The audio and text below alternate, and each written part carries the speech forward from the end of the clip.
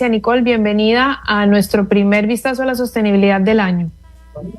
Muchas gracias, Clarita. Es un gusto poder estar aquí nuevamente compartiendo con ustedes. Y bueno, se vienen muchísimas historias, obviamente consternada como todo el mundo por todo lo que pasó, pero eso no significa que hay que dejar de dar y transmitir buenas historias como la de hoy, que es una iniciativa muy, muy buena.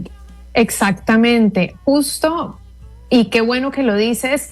Parte de la introducción de este tema tiene que ver con que no solo nos podemos quedar en el mismo contexto actual que estamos viviendo, sino que hay que seguir mirando esos otros campos en donde hay necesidades o en donde hay momentos, espacios o ejemplos que proponen también nuevas ideas como esta. Hoy vamos entonces a compartirle a nuestra audiencia tu reportaje sobre educación para todos, donde tú dices reducir el ausentismo escolar, prevenir la contaminación plástica y otorgar recursos didácticos son los objetivos del proyecto Aquabús Escolar. Y ese es el proyecto que queremos conocer hoy. Así que cuéntanos exactamente en qué consiste este Aquabús Escolar. Sí, el Aquabús es una iniciativa de la Fundación de Social Project. Ellos tienen como varias iniciativas dentro de este gran marco de la fundación. Entonces, esta idea en específico nació justamente bajo las denuncias que se hacían precisamente en los medios de comunicación sobre la falta de atención a las zonas vulnerables en el Golfo de acá de Guayaquil.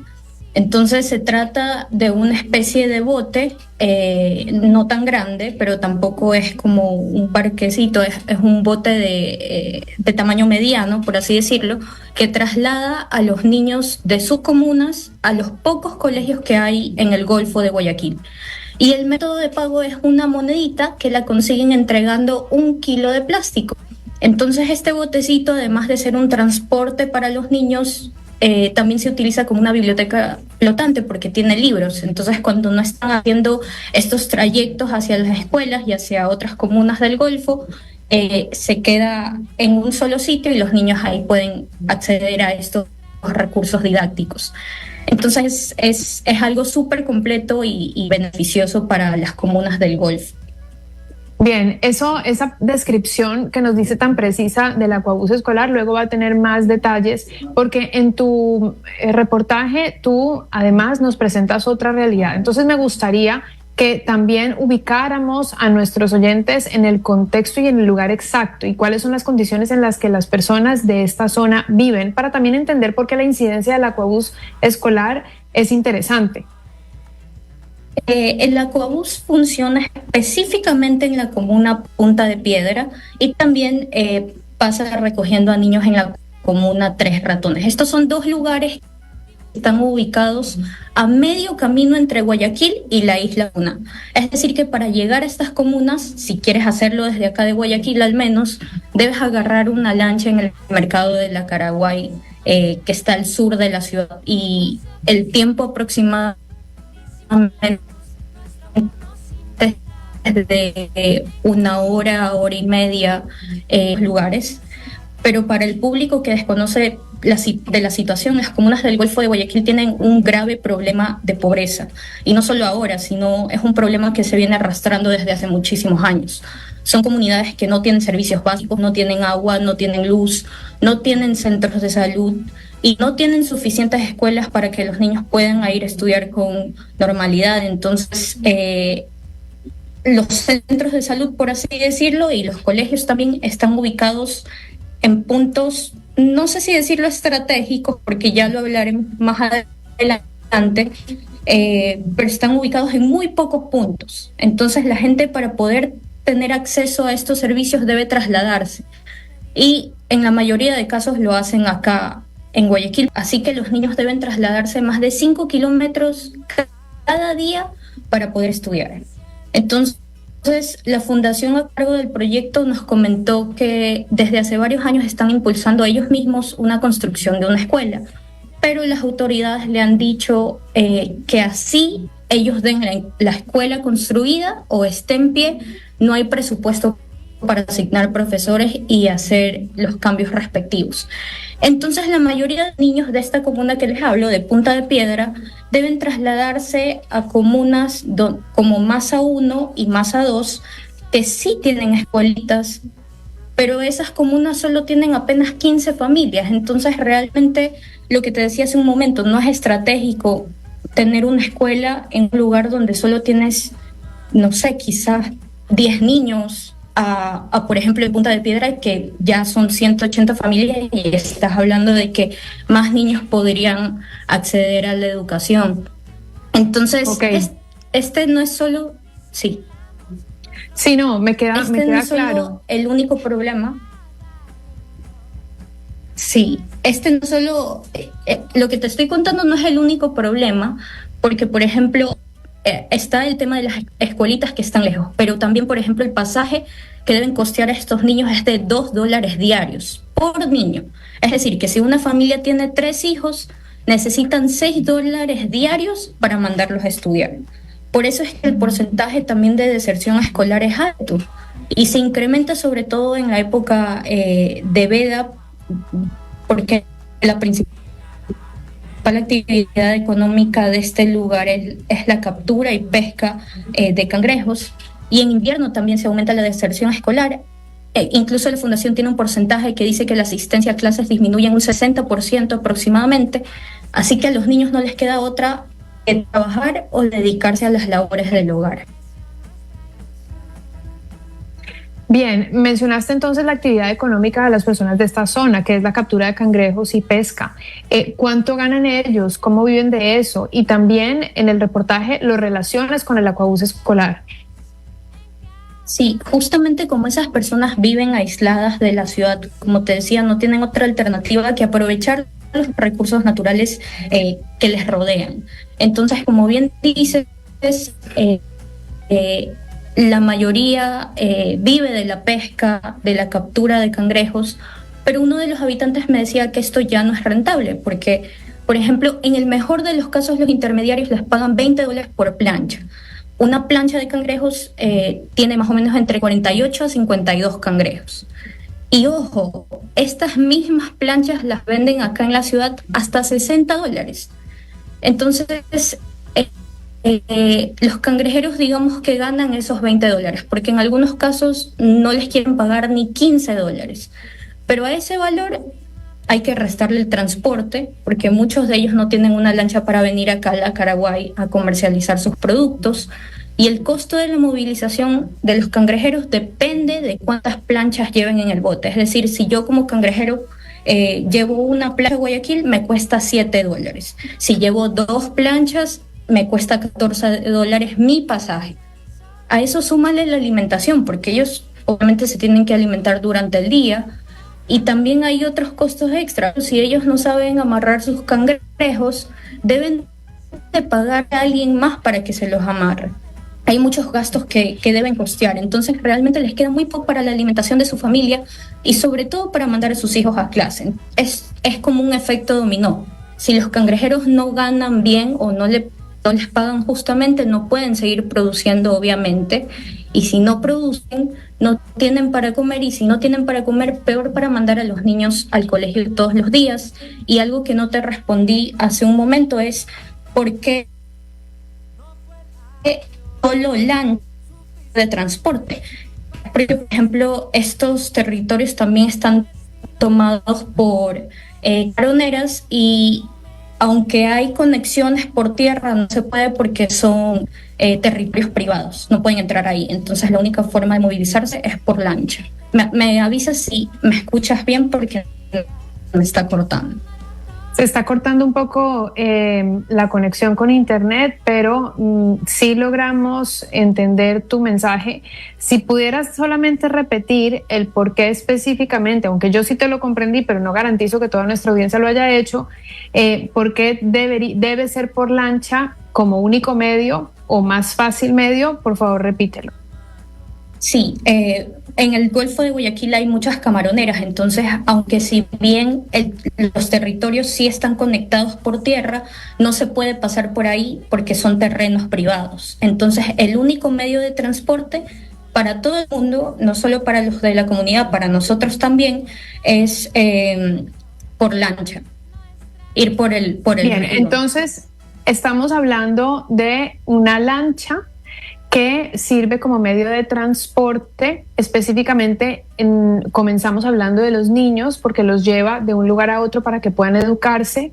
Está denominada como el Aquabús escolar, pero también funciona para los padres de familia o las personas de la zona que se dedican al transporte de su actividad comercial o laboral, que es la pesca o la captura de cangrejos. Hasta ahí vamos bien.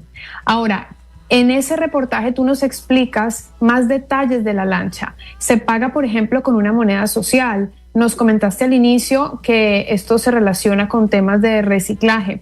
Entonces, complétanos un poco el círculo, porque no solamente es una lancha que traslada a los niños de un lugar a otro. Hay una biblioteca. Háblanos de eso. Sí, la lancha, por ejemplo, como bien dices, es un medio de transporte escolar. Se paga con una pequeña moneda de color turquesa. Se le llama moneda social porque se puede obtener estas monedas cuando tú entregas 1 kilo de plástico. Entonces, es decir, que estos niños prácticamente pagan por su transporte con plástico. Y esto es súper beneficioso, no solo porque ayuda a reducir el ausentismo escolar, sino también que cuida el medio ambiente porque evita que los plásticos lleguen al océano. Entonces es toda una cadena que se cierra porque las personas, los padres de familia recogen los plásticos que están tirados en el manglar o que están tirados en la comunidad. Esto lo entregan, reciben una moneda y con esa moneda los niños pueden ir a clases. Y también está este otro efecto que te digo, que se ayuda al medio ambiente. Claro. Ahora tú también haces una relación con los Guardianes del Manglar, que nos puedes contar también cómo se unen a este proyecto, y con Ecotrueque, que lo mencionas en tu reportaje. El proyecto de la lancha inició a finales del año pasado y ya llevan recolectando 36 toneladas de plástico. Entonces, esto está liderado por el grupo que tú dices, que se llama Guardianes del Manglar, y ellos no son recientes, ellos sí llevan desde hace varios años recorriendo el manglar del Golfo de Guayaquil, recorriéndolo en lancha para recoger el plástico que está ahí regado. Esto no es algo que le paga absolutamente nadie, lo hicieron por voluntad propia, por ellos mismos cuidar el ecosistema en donde viven. Entonces, ojo, la idea no es que las personas generen más plástico, sino que se recoja estos remanentes de residuos que ya están. Entonces esa moneda además sirve no solo para el transporte, sino que sirve para comprar alimentos no perecibles y útiles escolares en la tienda Ecotrueque, que está en la comunidad Punta de Piedra, donde está prácticamente ahí el Aquabús escolar, porque si bien el Aquabús pasa recogiendo a niños de otras comunidades, su base, por así decirlo, es en Punta de Piedra. Y ahí también está esta tiendita Ecotrueque. La idea es que más tienditas del Golfo de Guayaquil se sumen para que las personas puedan pagar con moneditas de plástico sus alimentos y se haga una cadena cada vez más grande. Súper interesante. Entiendo también a través de tu reportaje que hay empresas que apoyan este proyecto, el proyecto del cual estamos hablando y que creó el Aquabús escolar, que se llama The Social Project. ¿Es así, cierto? Sí. De repente, si alguien, por ejemplo, que nos escucha y quisiera conocer más de este proyecto, ¿tienen alguna un acceso, mayor información? No sé si nos puedes compartir eso. Sí, de hecho, la tiendita Ecotrueque es posible gracias al apoyo de una empresa de alimentos, y, por ejemplo, la gasolina de la lancha también la consiguen por medio de donaciones. Así que si alguien está interesado en aportar, puede comunicarse con Ezequiel Castro. Él es el director de la fundación y también maneja el proyecto. Su número es el 099 40 32 33 1. Muy bien. Nicole, cuéntame, antes de los comentarios finales y esto, cuéntame, cuando fuiste a hacer esta historia, ¿con qué te encontraste? O sea, ¿qué viste? ¿Ibas con una expectativa y de repente conociste a estos chicos? ¿Qué conversaste? ¿Qué experiencias o testimonios tienes que no estén ahí en el reportaje, pero que tú los recuerdes? Realmente se ve una mejora con el proyecto. Yo tuve la oportunidad de visitar el Golfo de Guayaquil a inicios del año pasado quizá, y el año anterior ya se está volviendo como una costumbre ir para allá. Y de lo que pude ver antes, en comparación ahora, porque fui a la misma comunidad, a Punta de Piedra, hay una mejora. Incluso los propios dirigentes te dicen es un proyecto que les está ayudando muchísimo. La gente está también muy entusiasmada. Al principio sí, cuando tú llegas a estas comunidades con un proyecto de este tipo, quizá hay cierta desconfianza, pero a medida que lo ven funcionando, la gente ya está dispuesta a colaborar, sobre todo porque ven que hay una alternativa para sus niños y hay una alternativa también para cuidar, como te dije, el ecosistema donde viven, porque ellos están muy interesados también en eso. Ellos viven de la naturaleza, entonces si a nosotros que estamos acá siempre decimos hay que cuidar la naturaleza, pues a ellos les importa aún más porque están al pie del cañón. Así que fue una muy linda experiencia ver cómo a través de estas dinámicas de economía circular una comunidad puede lograr salir adelante. Muy bien. Bueno, ¿tienes algún otro comentario que quieras compartirnos? Porque te quiero también preguntar sobre la edición donde aparece esta revista. Sí, artículo, perdón. Algo que creo que sí deberíamos resaltar es que, como te dije, esta iniciativa es bastante buena y nos muestra que hay formas muy ingeniosas de ayudar a estas comunidades que están prácticamente abandonadas. Entonces, lo que busca este proyecto también es que el plástico se convierta en la moneda de intercambio en el Golfo de Guayaquil y no se dependa del dinero. Es algo utópico, pero imagínate lo que sería para estos lugares que de verdad no tienen los suficientes recursos dejar de depender que tu plato de comida dependa del dinero que hacen a diario, sino que puedan tener una opción con el plástico que recogen. Sería algo impresionante. Por último, como siempre, hacer un llamado a las autoridades. Sabemos que actualmente Ecuador tiene muy pocos recursos y son muchísimas las necesidades, pero si ya hay y existen este tipo de proyectos, ellos pueden ayudarlos y aportarles ya con lo más mínimo. Entonces, sería eso. Bien, Nicole, muchísimas gracias. Y ahora sí, bueno, este reportaje aparece en la edición que está circulando hoy mismo, ¿no? ¿Te perdí, creo? Sí. ¿Te tengo? Sí. Cuéntanos o compártenos también qué otros temas interesantes hay en esta última edición. Hay una investigación sobre el caso Metástasis y las narcomafias presentes en el país. Hacer un análisis a profundidad de ese caso. También hacen un repaso sobre la consulta popular que se viene y las preguntas planteadas por el presidente Daniel Noboa. Y también están secciones como en los temas internacionales, hacen como una predicción de lo que le espera a este 2024 en temas económicos, en temas de tecnología, en temas de gobernanza. Entonces hay temas muy interesantes y están como siempre los perfiles de atletas, de artistas de acá de Ecuador. Muy bien, Nicole, muchísimas gracias por tu intervención, por acompañarme en el programa con tu historia, por siempre tener la generosidad de compartirnos esos lugares que conoces, las personas con las que tienes la oportunidad de conversar y ayudarnos a tener otras realidades. Esto en nuestra sección de un vistazo a la sostenibilidad que tenemos. Es Nicole Landín, periodista de Revista Vistazo. Gracias, Nicole. Gracias, Clarita. Nos vemos en 15 días aproximadamente. Nos vemos en 15 días.